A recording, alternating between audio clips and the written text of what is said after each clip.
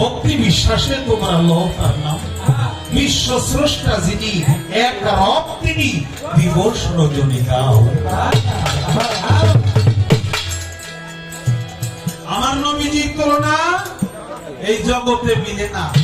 নামের সাথে রাব্বানা যার লিখিয়াছে নাম, যেমন খালেকেরই মনে চায় প্রিয় নবী মোস্তফায় সেবিতে তোমার হইয়া।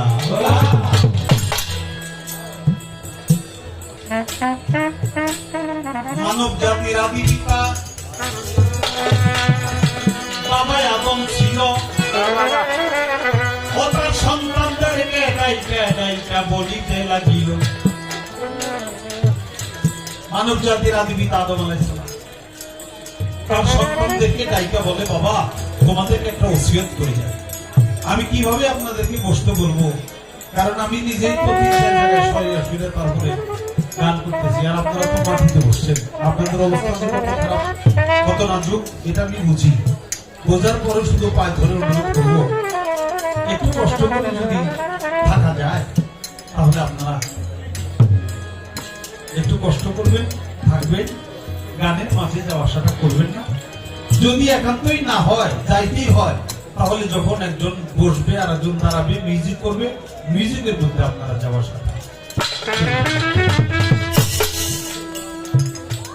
আদম আল্লাহ হেশিস, আমি তোমার কাছে, তোমাদের কাছে এই ওসিয়ত করে গেলাম,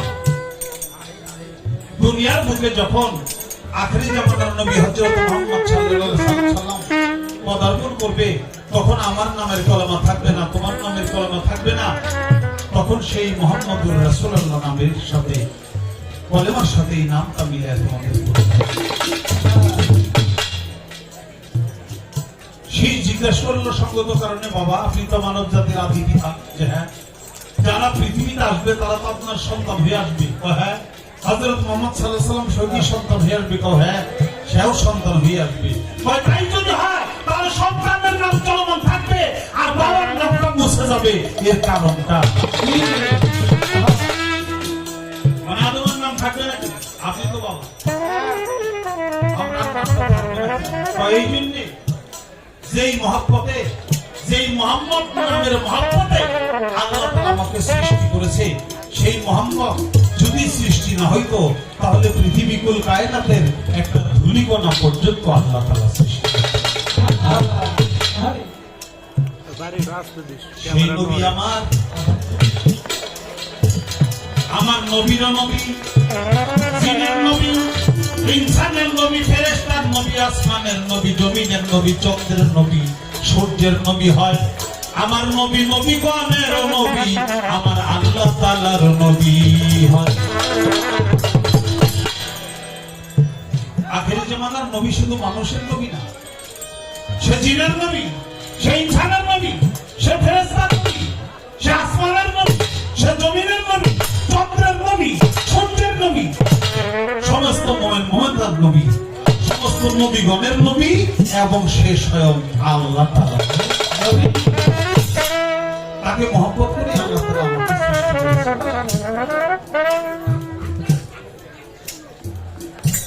18,000 মাহবুব, পাগল কত চমৎকার কথা বলছে। 18,000 মাহবুব শুধু মানুষ না, পশু পাখি, যা আমরা দেখি, যা আমরা দেখি না, সব কিছু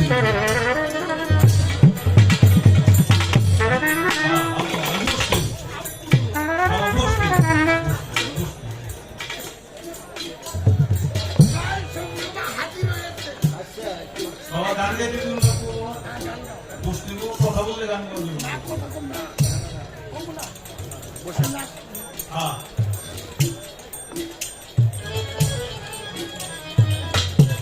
আদম আলাইহিস সালাম বলে, আমি যখন বেহেশতের ভিতরে ছিলাম, বেহেশতে এমন কোন কামরা দেখি নাই যে কামরায় মুহাম্মদ নাম অঙ্কিত ছিল। বেহেশতের ভিতরে এমন কোন বৃক্ষ দেখিনি যার পাতায় পাতায় মুহাম্মদ নাম অঙ্কিত।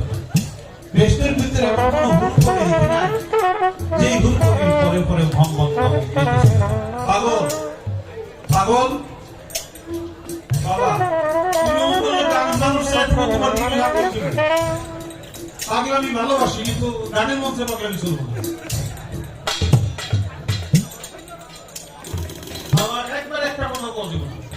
বলেন না।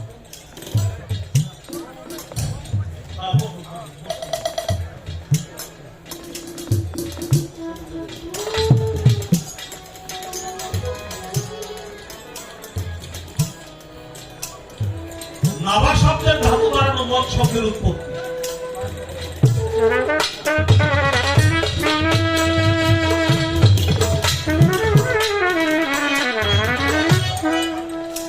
নাভা শব্দের ধাতু দাঁড়ানো মত শব্দের উৎপত্তি।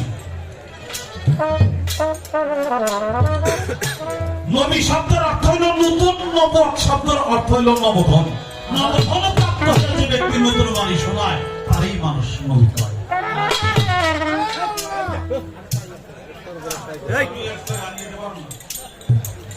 বৃষ্টির সাথে পাল্লা দিছে দুই পাখি, মানে কত বিশ্বাস করতে পারে।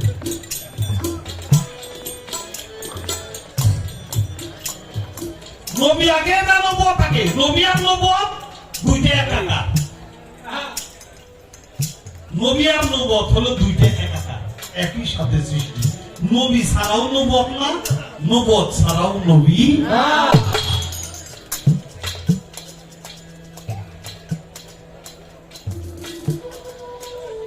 এবার বলছে নবী এই বর্তমানে আছে কিনা? অবশ্যই আছে। কতটুক আছে? বুখারী শরীফ হাদিসে বলছে 46 ভাগের 1 ভাগ আছে। সেটার নাম হলো মুবাশশিরাত, অর্থাৎ সত্য স্বপ্ন বা সুস্বপ্নের অধিকারী। সুস্বপ্ন দেখা, সত্য স্বপ্ন দেখা, এটা নবুয়তের 46 ভাগের 1 ভাগ। আমার বলা কওয়া হলো, আমি জানতে চাবো বেলায়েত।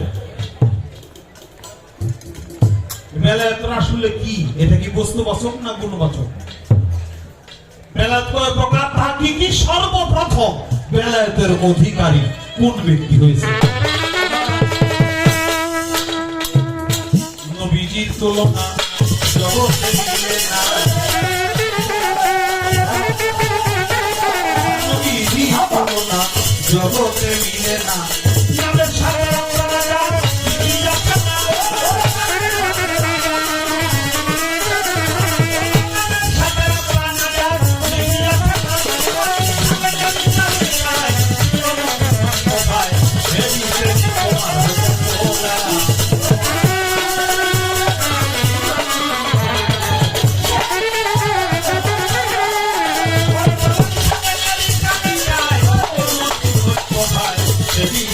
তোমার